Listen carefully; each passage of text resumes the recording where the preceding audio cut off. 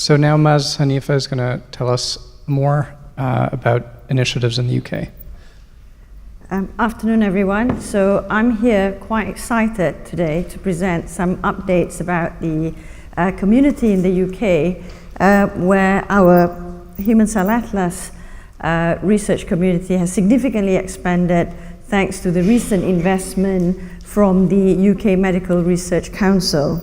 And this was very recently announced a few months back through the MRC-led Strategic Priorities Fund investment of about £6.7 million.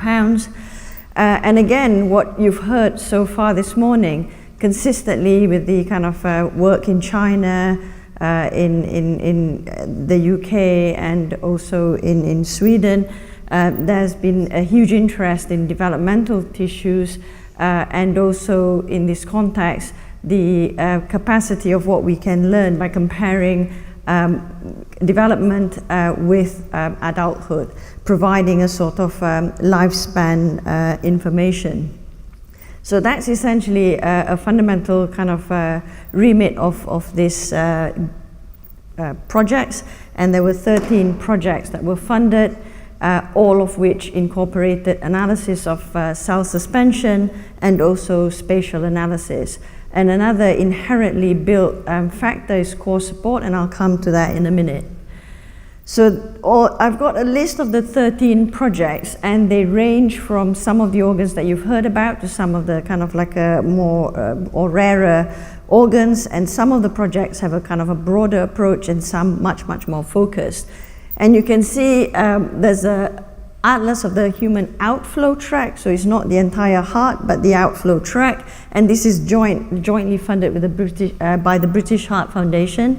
And again, the diversity of the researchers, which come from all over the UK. For the heart, it's Manchester, and then the building on the human female reproductive system, and now to include ovarian tissues, and more specifically on the eye, one looking at progenitor cell populations, and the other specifically the human cornea, and again researchers in Edinburgh and Newcastle, and also the joint atlas, trying to understand how the different synovial joints during development contrast with the synovial joints in adulthood. And you know that synovial joints is where we get a lot of problems relating to rheumatoid arthritis, and that's a group in Oxford. Bearing in mind, I've only put the lead PIs there. The community is much bigger. There are many other PIs who are within the grouping. And then we've got thymus stromal compartment, so we're kind of like zooming in, really kind of building from the Google map of continent view to now going further and further to get street view resolution. And then looking at human esophagus, stomach, and duodenal, a group in Manchester, the thymus stromal in Oxford, and then the fetal and healthy adult lung in Cambridge. And again, another inherent feature of all of these projects is there seems to be quite a good contribution from developmental biologists and also sort of traditionally adult human biologists. And then we've got a kind of like a further enhancement of the work that's been done in the kidney by now looking at the epigenome alongside the transcriptome in Cambridge. And also looking at the human intestinal mesenchymal origins and of mesenchymal epithelial crosstalk in Oxford, and a protein transcriptome atlas of hematopoiesis across the human lifespan in Cambridge, and some kind of more esoteric tissues. We've got cellular changes in the human breast across the human lifespan in Cambridge, and also specifically on oligodendroglia from normal human brain and spinal cord.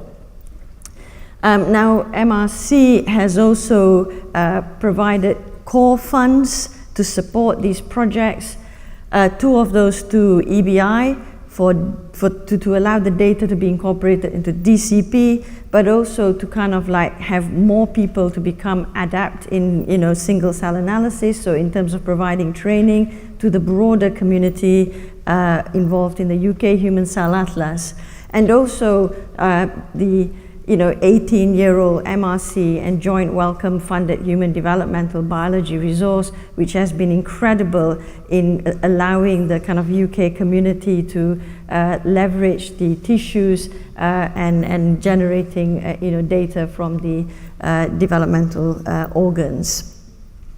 Catherine Lutterworth is also here from MRC, and I'm sure she'll be happy to kind of take any questions or provide more details about the funding scheme.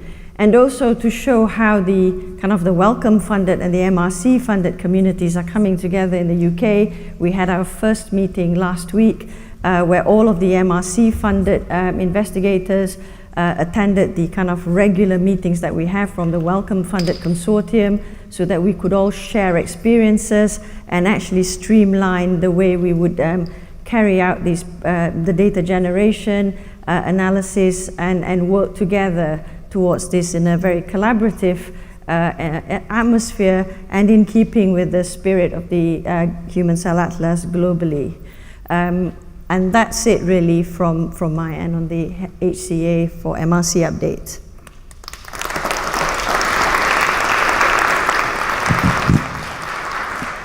Great, thanks. I have a question.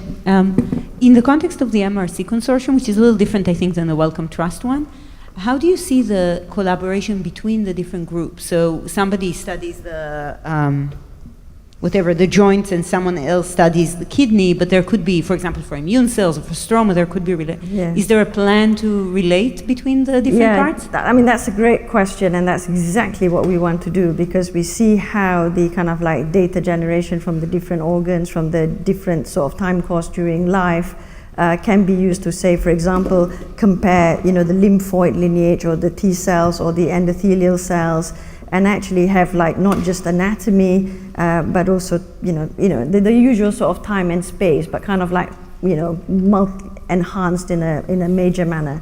So that's generally what we've been discussing within the consortium as how we would do this, and leveraging the sort of like trying to have a more streamlined analysis pipeline and kind of like making all the data available to all the consortium members so that they can leverage it. I also kind of forgot to mention, which I should have, I think the kind of like a developmental atlas community is really coming together in a very strong way, and even out, sort of like we have started the conversations early, and it's sort of like with the French group and with the Swedish group, and we're all very excited to coordinate these efforts and work together. So just a quick note to extend on Muz's excellent answer. A really important point for the MRC initiative, and actually for the Wellcome as well, because many of the embryonic samples are coming from the HDBR. Yes. They have a common identifier space, which we will collect, so you'll be able to join together samples that have come from the same embryo, and hopefully that will again help with this sort of comparison and analysis efforts. Yeah, no, that's a great point. Hi, Muz. Hi. That was great. Again, I'm seeing a gap between development and adult. And a lot of the tissues that you show up there, the disorders that manifest in those show up pretty much after birth or at birth. Do you know if MRC or anyone else is thinking about pediatrics? Locally within the UK, or? Yeah, thinking about funding pediatricians in England, for example. Yeah, we've got, it hasn't kind of taken off in a sort of like a massive way, so we're kind of gently kind of building it. But we've got at least one of the PIs working with us, Sam Bajati. He's a pediatrician, and he's very much interested in oncology, and this is where we can actually kind of like look at pediatric cancers which have an origin in during development. But I think fundamentally that's it would be an amazing thing to sort of have a global community that we can actually work together with, and I think we've talked before in the past. One more question from Bruce. So, I so admire how organized you are, and the French group and the Swedish group on the human development. It's such a tricky, important thing to get right, and to make sure that the way that the kind of outside communities see it in in the most ethical way. Do you have any thoughts on how to kind of stabilize the ethical portrayal of the efforts, and how do we keep this something, really, strong and wonderful for humanity rather than, maybe a point of criticism. I live in the state of Ohio where we're specifically forbidden from looking at, fetal materials, and it's very frustrating. Yeah, I mean, I think that's always going to be a delicate situation, geographically and also sort of, in any part of the world. I think fundamentally these are very precious material, and it's kind of our responsibility to actually make the most out of them. And that's why working together in a coordinated fashion and sharing information is really the best way to kind of achieve these results. And I think once the public and the rest of the research community sees the benefits of how it's helping us understand, not just healthy living, but also how it actually helps us understand disease, then I think people will begin to see how valuable this type of research actually is. Yeah. I mean, can I just make 2 comments there? I mean, one is that this is quite, I think, different in the UK than in Ohio, maybe. So there's actually the Human Developmental Biology resource has been around for 20 years and has had consistent funding from the UK Medical Research Council and the Wellcome.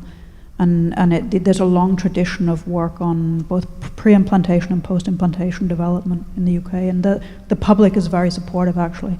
The second thing that I'd like to point out is that globally, including the US and so on, there are people kind of, their minds sort of click when you show the implication for pediatric disease, the implications for pediatric disease. So the paper in Science on the kidney, the Wilms tumor, the pediatric tumor, and the mutations that arise in the kidney developmental stage, I think that was portrayed very positively in the US press by journalists in, was it Discover Magazine? Discover Magazine and so on. So I think there people really engage when they realize what the benefit is for medical research in children. I will just add that that's also a strength as a global international consortium, that we get to benefit from the strengths of different scientific communities and then sharing the data and the biological insight. And so some things will invariably be more tractable in one setting than another, and we should leverage that to our advantage and to the general goals of the entire initiative. Okay, thank you.